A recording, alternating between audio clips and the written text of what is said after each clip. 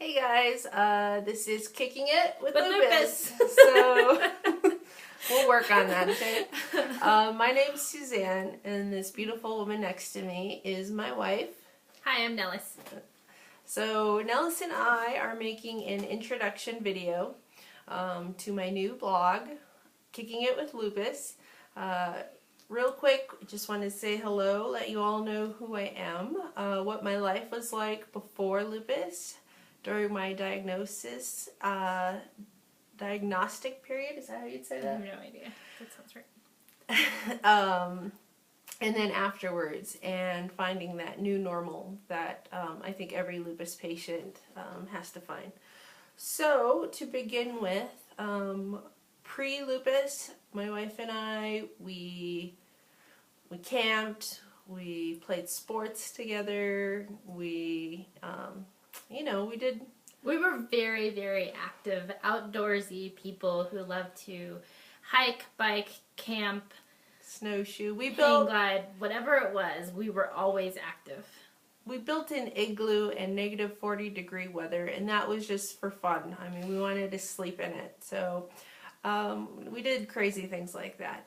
And then about, I'd say, a year and a half ago, I just started to feel unwell and started to get horrible stomach pains, started to get horrible headaches, especially if I was out in the sun too long. So much so that it started to affect our lives. Like, I remember our friends were visiting, they were in town, and I had spent the day with them, just walking around, and I had been in the sun too much, and they wanted to still hang out and talk around the coffee table after we got back, and I was like, no, I gotta go lie down and feel nauseous and sick and have a horrible headache. So I got to the point where I went to emergency room, and I don't like doctors, so that was a really big thing. I remember Nils was like, okay, you need to stop complaining or else go to the emergency room, and I was just finally like, okay, I'll go. So I could start to tell that something was different in our lives when we like to bicycle a lot. We bicycle, we'll do 50-mile bicycle rides. Well, we used to do that quite frequently. And I remember there was a point where Suzanne was just saying, I don't want to. It's too hot. I can't do it. And it wouldn't be that hot, but she would be saying that it's that hot and she couldn't do it and she was tired. And I didn't understand why, because nothing else in our lives had changed. yeah, I was really tired, and just the thought of sitting on that bicycle seat, anyways, I knew I'd be hurting for days afterwards. So, doctors didn't know what it was. They diagnosed me with different things, and the emergency room visit ended up in being a case of giardia, and they misdiagnosed it. When she would get sick, they would tell her it was something else, which it probably was, but looking back, it was probably more of a symptom of, just the fact that she has lupus and she's more prone to different sicknesses. Right. Yeah. So, just in case you're wondering, this is our dog, Oscar Mayer. So, yeah, I was misdiagnosed, very common for people with lupus. And I didn't know what was wrong with me. And I remember after that emergency room visit and getting treated, and maybe a month after it was all gone, I still thought, wow, I never fully got over that illness. That had never happened to me before, because, when you're young and you're healthy, you bounce back. And it's like it never even happened. But that time, it felt like it took a part of me. Like, I am less of me now after having had whatever I had. And that was weird. And that was a while ago. Yeah, that was like a year and a half ago.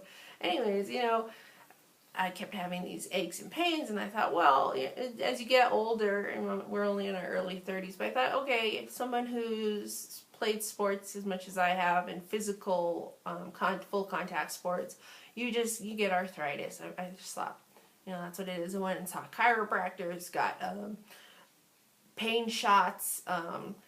It got to the point where just going to the chiropractor was painful, so I had to stop seeing him. And then I started studying for the bar exam to become a lawyer. That's where my wife and I met, was in law school. And the bar exam is not fun. It's a very, very stressful time, as you can probably imagine. It's obviously not the end of the world, and it's not a life or death situation, but it is extremely, extremely stressful. You know, you go through law school, 3 years of law school, and then it all boils down to one test. It doesn't... Yeah, I could go on. We could go on. As you can tell, it's sort of a stressful time. It's not the end-all be-all, but it is a stressful time. And as you know, lupus can be triggered by stress. So I was already stressed out, and then I got bronchitis. And wow, I remember going into the doctor. I kept going into the doctor, getting blood test after blood test. They couldn't figure out what it was.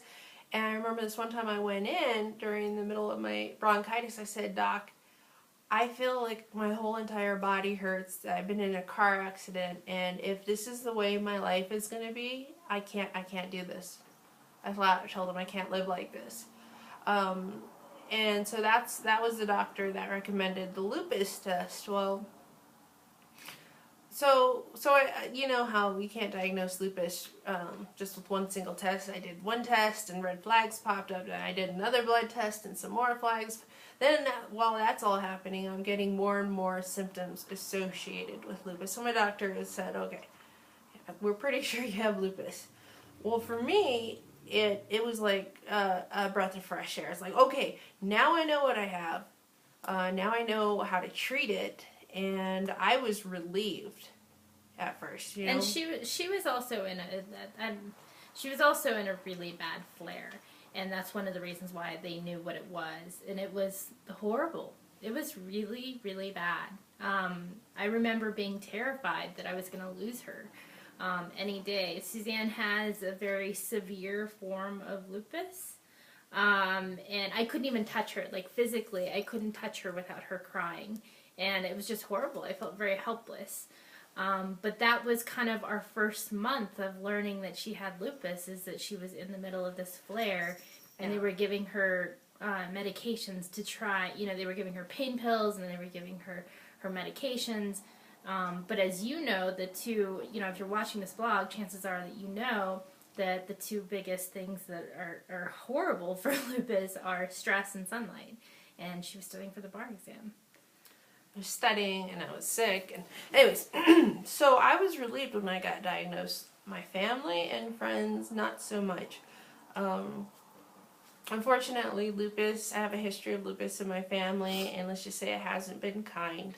I have lost family members to lupus. So when my mom found out, it devastated her. I mean, she broke down crying, and what was sad is I sort of felt like I couldn't really talk to her after that because I didn't want to worry her.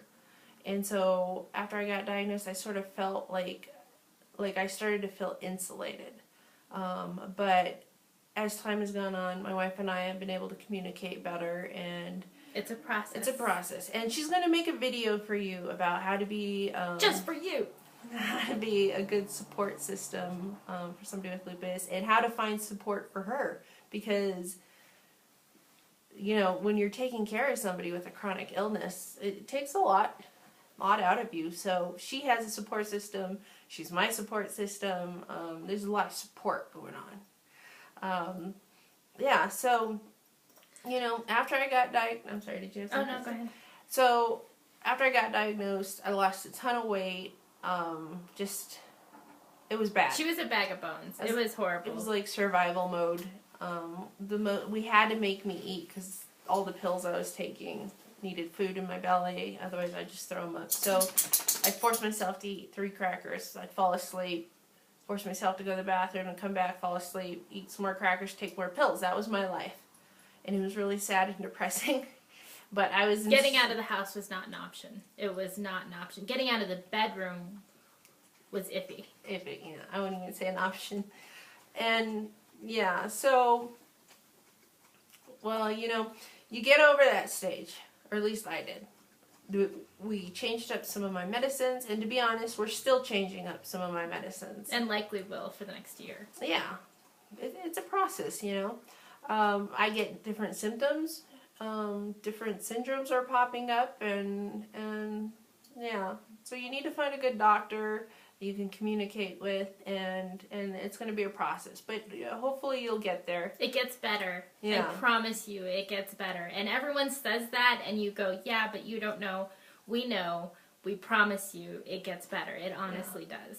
So, we made this video, or we made this blog, because we wanted to show that there's hope, that there's a new normal, and that's what I'm going to talk about next. But, you know, to be honest, I wanted to make this video a couple days ago, but I was ill, and it just wasn't going to happen. I mean, so I'm still dealing with the effects of the illness, and you're going to have good days, you're going to have bad days. Right now I'm having a good day, so I wanted to share that with you, share my story with you. And we want to share the tips and tricks of lupus that we've come to learn of what, you know, what are her triggers, what medications do or don't work for her. It doesn't mean that it's right for you, but at least you can watch this video and say, oh, maybe someone's struggling with the same things that I am. And even if they're not struggling, we also want to share some of our really fun parts of our life, of what we're doing, and, you know, how we're kicking it with lupus, and not just surviving with lupus anymore, but thriving. Mm-hmm. That's my line. She stole it. But somebody had to say it. Somebody had to say it. So you find a new normal, and you know, we don't go for 50-mile bike rides, but we go for a couple-mile bike rides. I've changed out my bike. I have a nice comfy seat.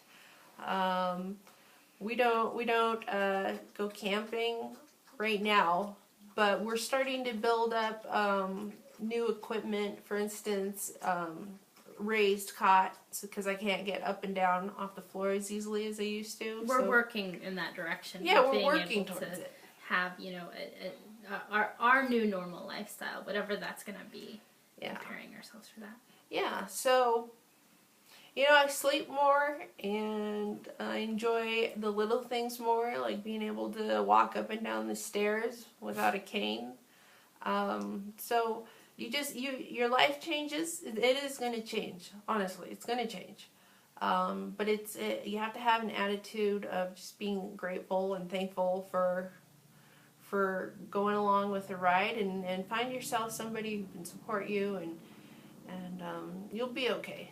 Yeah, be okay. It doesn't have to be horrible. No. It can be all right. Right. So probably my next video is going to be a little bit about a trip that we recently just took, and this was the first trip that my wife and I went on since my diagnosis.